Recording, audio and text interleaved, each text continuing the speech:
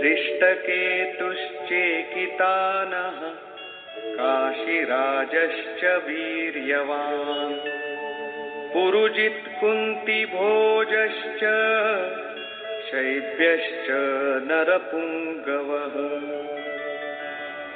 धृष्टकेतु दृढ़ कर्तव्य, चेकितानः जहां भी जाए वहां से चित्त को खींचकर इष्ट में स्थिर करना, काशीराजः काया रूपी काशी में ही वो साम्राज्य है, पुरजित स्थूल सूक्ष्म और कारण शरीरों पर विजय दिलाने वाला पुरुजित, कुंती भोजः कर्तव्य से भव पर विजय, नरों में श्रेष्ठ शैव्य अर्थात सत्य व्यवहार।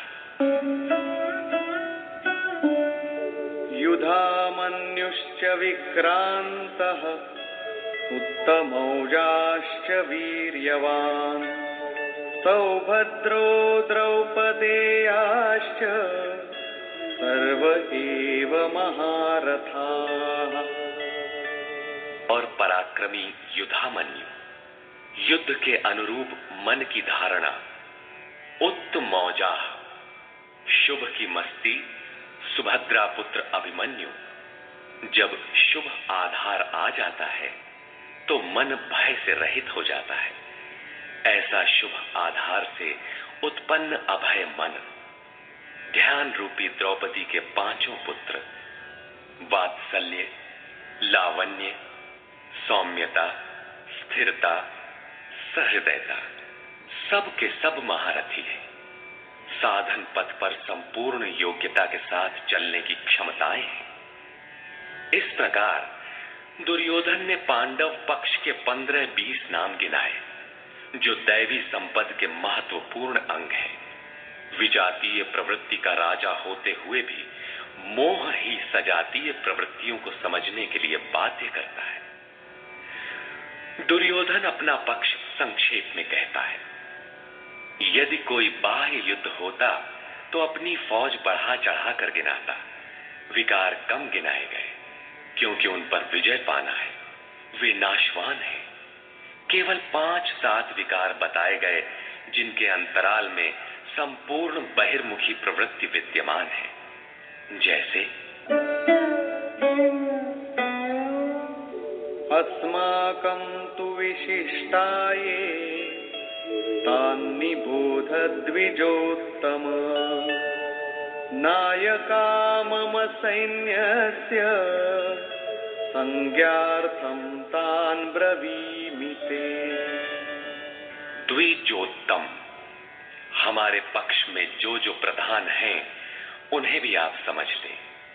आपको जानने के लिए मेरी सेना के जो नायक हैं उनको कहता हूं। बाह्य युद्ध में सेनापति के लिए द्विजोत्तम संबोधन असामयिक है। वस्तुतः गीता अंतःकरण की 2 प्रवृत्तियों का संघर्ष है जिसमें द्वैत का आचरण ही द्रोण है। जब तक हम लेश मात्र भी आराध्य से अलग हैं तब तक प्रकृति विद्यमान है, द्वैत बना है। इस द्वि पर जय पाने की प्रेरणा प्रथम गुरु द्रोणाचार्य से मिलती है। अधूरी शिक्षा ही पूर्ण जानकारी के लिए प्रेरणा प्रदान करती है। वो पूजा स्थली नहीं, वहां शौर्य सूचक संबोधन होना चाहिए। विजातीय प्रवृत्ति के नायक कौन कौन है?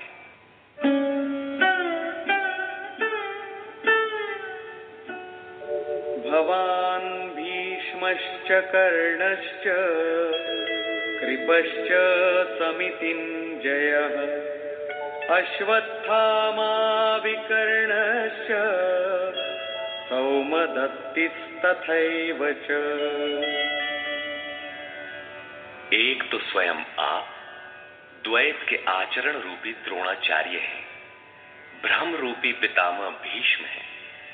भ्रम इन विकारों का उद्गम है, अंत तक जीवित रहता है, इसलिए पितामह है। समूची सेना मर गई, ये जीवित था। शरशैया पर अचेत था, फिर भी जीवित था।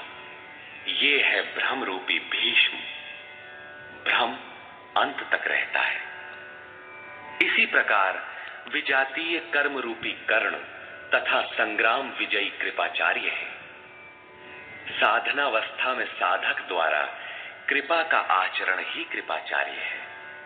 भगवान कृपाधाम है और प्राप्ति के पश्चात संत का भी वही स्वरूप है। किंतु साधन काल में जब तक हम अलग हैं, परमात्मा अलग है, विजातीय प्रवृत्ति जीवित है, मोहमयी घिराव है। ऐसी परिस्थिति में साधक यदि कृपा का आचरण करता है तो वो नष्ट हो जाता है। सीता ने दया की तो कुछ काल लंका में प्रायश्चित करना पड़ा। विश्वामित्र दयार्द्र हुए, पतित होना पड़ा। योग सूत्रकार महर्षि पतंजलि भी यही कहते हैं, ते समाधा उपसर्गा व्युत्थाने सिद्धयः। व्युत्थान काल में सिद्धियां प्रकट होती हैं, वे वास्तव में सिद्धियां हैं, किंतु कैवल्य प्राप्ति के लिए उतनी ही बड़ी विघ्न है जितने काम, क्रोध, लोभ, मोह इत्यादि। गोस्वामी तुलसीदास का भी यही निर्णय है। माया अनेक विघ्न करती है, रिद्धियां प्रदान करती है, यहां तक कि सिद्ध बना देती है। ऐसी अवस्था वाला साधक बगल से निकल भर जाए, मरणासन्न रोगी भी जी उठेगा। वो भले ठीक हो जाए, किंतु साधक उसे अपनी देन मान बैठे तो नष्ट हो जाएगा। एक रोगी के स्थान पर हजारों रोगी घेर लेंगे, भजन चिंतन का क्रम अवरुद्ध हो जाएगा और उधर बहकते बहकते प्रकृति का बाहुल्य हो जाएगा। यदि लक्ष्य दूर है और साधक कृपा करता है तो कृपा का अकेला आचरण ही समितिंजय समूची सेना को जीत लेगा। इसलिए साधक को पूर्ति पर्यंत इससे सतर्क रहना चाहिए। दया बिनु संत कसाई, दया करी तो आफत आई। लेकिन अधूरी अवस्था में ये विजातीय प्रवृत्ति का दुर्धर्ष योद्धा है। इसी प्रकार आसक्ति रूपी अश्वत्थामा, विकल्प रूपी विकर्ण और भ्रममयी श्वास ही भूरि श्रवा है। ये सभी बहिर्मुखी प्रवाह के नायक हैं।